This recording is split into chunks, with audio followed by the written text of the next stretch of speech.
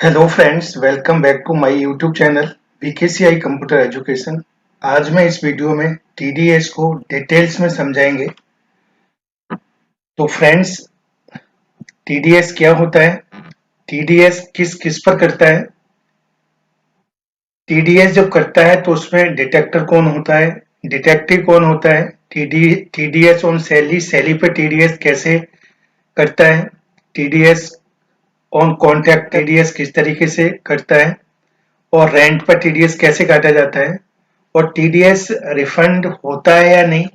तो ये 8 पॉइंट के बारे में आज इस वीडियो में डिस्कस करेंगे। तो फ्रेंड्स, टीडीएस क्या होता है? टीडीएस इनकम टैक्स का एक हिस्सा है। टीडीएस की full form tax detected at source होती है। किसी व्यक्ति की आय का स्रोत क्या है, उस पर जो टैक्स कलेक्ट किया जाता है उसे ही टीडीएस कहा जाता है। टीडीएस के दायरे में आने वाले कुछ इम्पोर्टेंट पेमेंट्स हैं, जैसे कि यहाँ पर कुछ एग्जाम्पल दिए गए हैं। अगर इनसे रिलेटेड जैसे सैलरी, ब्याज, कमीशन, किराया, प्रोफेशनल फीस, लॉटरी या ऑनलाइन गेम्स में जीती हुई राशि पर ब्रोकरेज या डिविडेंड, ये सभी एग्जाम्पल हैं। और डिटेल में समझते हैं। सबसे पहले पेयर क्या होता है? इनकम देने वाली संस्था को पेयर कहते हैं। मीन्स जिस जगह आप जॉब करते हैं तो जो संस्था आपको सैलरी देती है, मतलब आपकी वो इनकम है, तो इनकम देने वाली संस्था को पेयर कहते हैं। डिटेक्टर क्या होता है? टीडीएस भरने वाले को डिटेक्टर कहते हैं टीडीएस भरवाने वाले को डिटेक्टिव के नाम से जाना जाता है। मतलब जिस एम्प्लॉय की सैलरी कटती है वो डिटेक्टिव है, और जो टीडीएस उस पर काटता है वो डिटेक्टर होता है। और पेयर इनकम देने वाली संस्था को पेयर कहते हैं। अब इसे एग्जाम्पल की तरीके समझते हैं। तो सबसे पहले यहाँ पर रेंट का एग्जाम्पल दिया गया है, तो इसे समझते हैं कि ये मतलब रेंट पे किस तरीके से टीडीएस को काटा जाता है। जैसे मान लीजिएगा, अगर आपका मतलब ऑफिस रेंट पर है और उसका जो रेंट है वो 80,000 80,000 रुपए है, लेकिन जब आप रेंट देंगे तो उस पर 10% टीडीएस कटेगा। तो जो 80,000 का 10% है वो आपका 8,000 रुपए हो गया।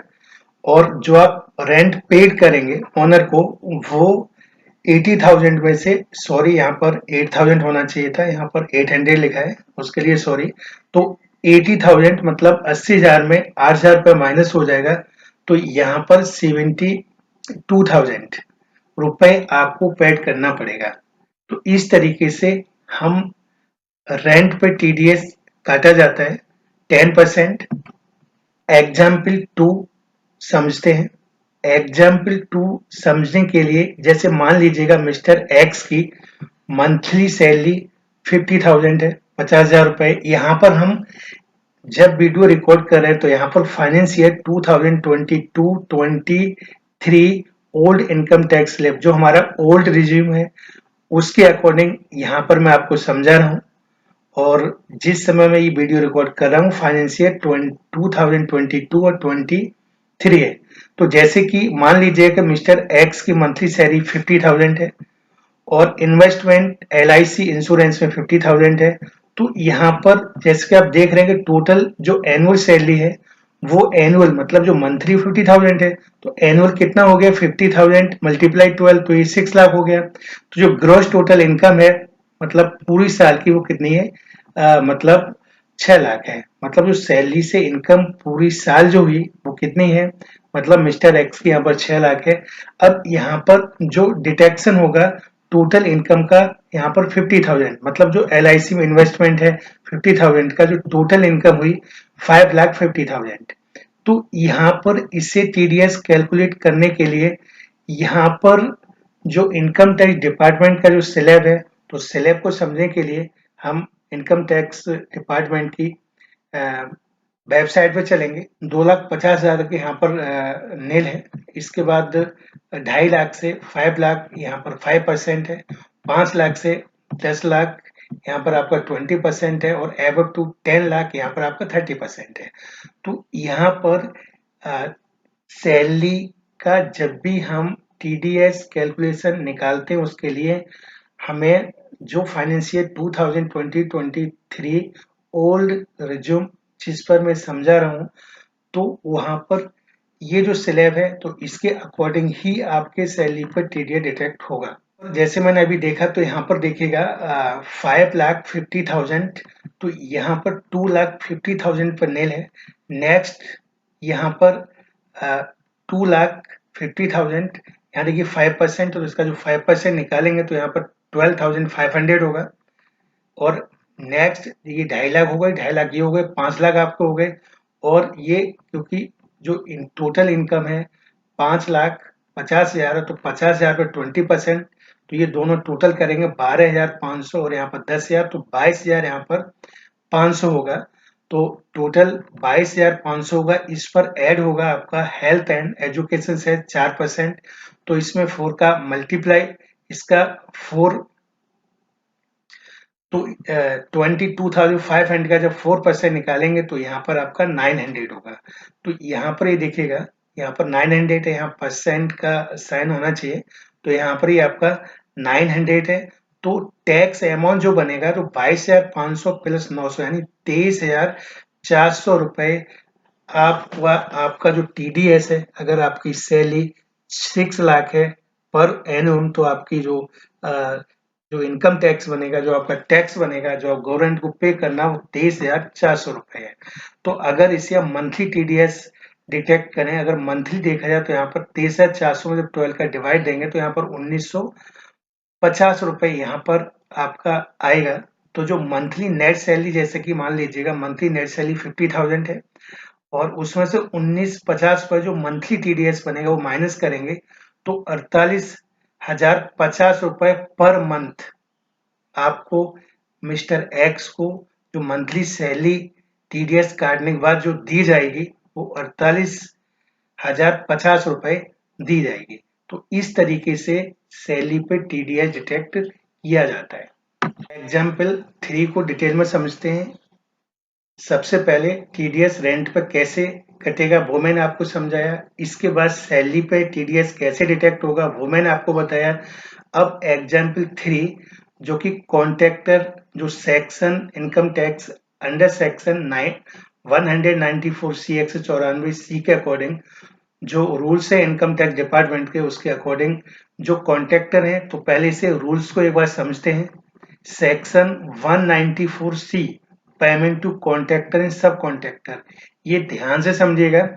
यहाँ पर एचयूएफ है इंडिविजुअल के लिए 1% है।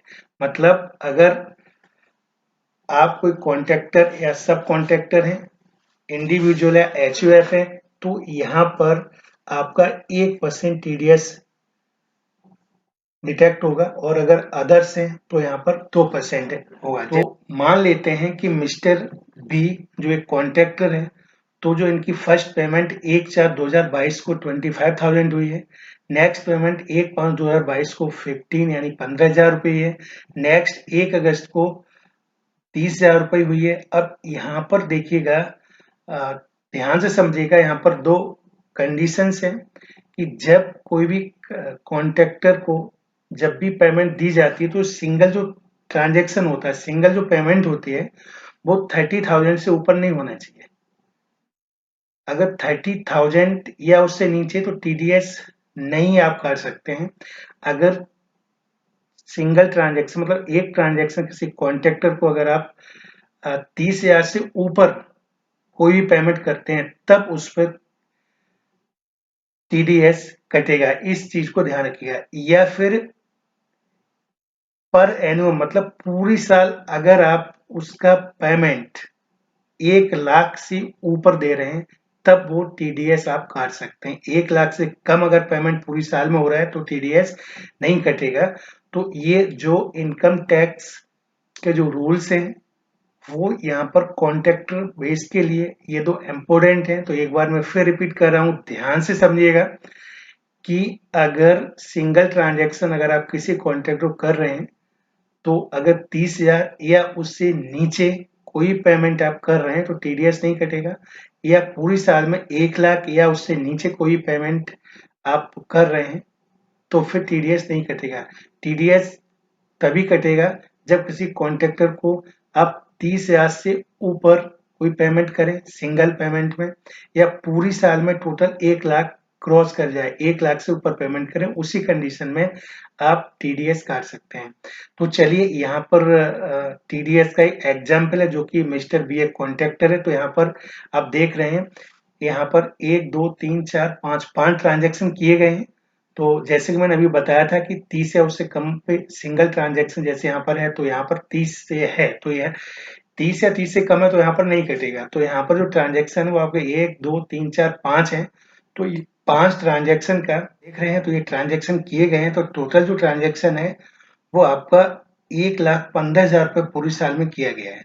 जो फर्स्ट ट्रांजैक्शन है वो आपका 25,000 का है, और जो नेक्स्ट ट्रांजैक्शन 15,000 का है, उससे नेक्स्ट ट्रांजैक्शन जो 1/8/2022 को किया गया है वो आपका 30,000 रुपये है। नेक्स्ट पेमेंट 1/12/2022 को किया गया वो आपका 25,000 रुपये है। लास्ट पेमेंट जो किया है 1/1/2023 का है, जो यहाँ पर 20,000 है। टोटल अगर ये किया जाए तो यहाँ पर 1,15,000 रुपये होगा, और 1,15,000 रुपए जैसा कि मैंने आपको बताया था 1 लाख रुपए क्रॉस कर रहा है। तो यहाँ पर अगर कॉन्ट्रैक्टर बी यहाँ पर इंडिविजुअल है या एचयूएफ है जैसा भी मैंने आपको दिखाया था, तो वहां पर उस कंडीशन में यहाँ पर 1% टीडीएस कटेगा।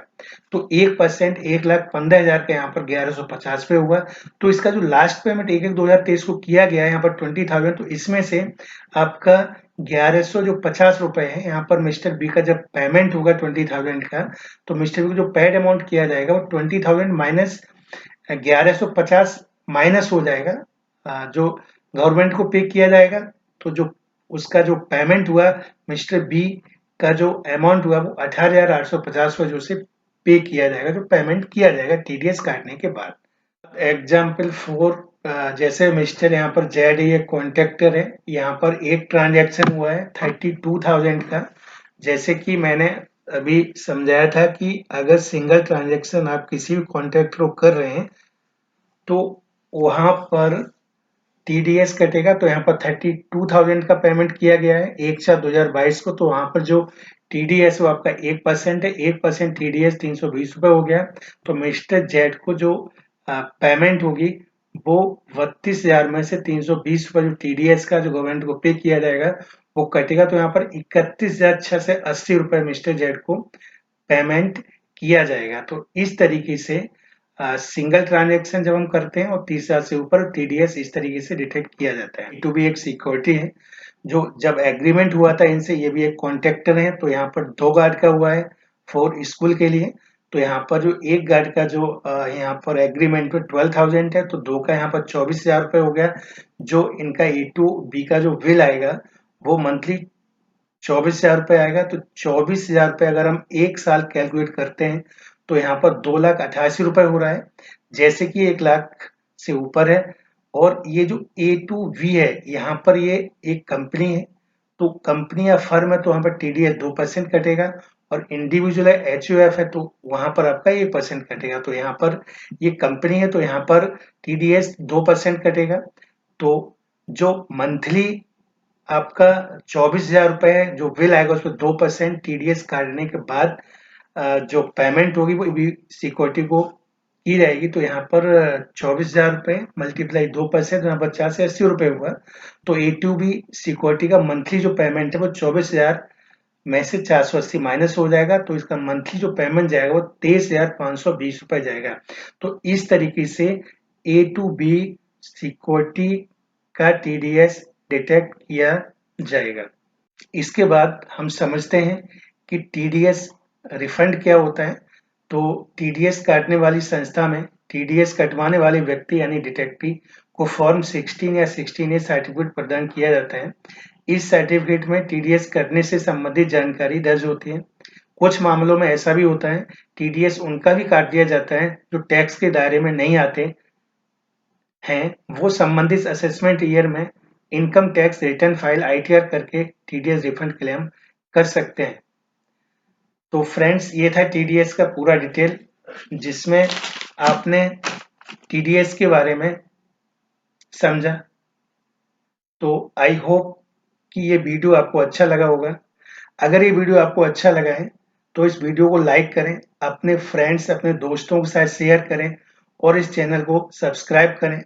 मिलते हैं नेक्स्ट वीडियो में। जय हिंद।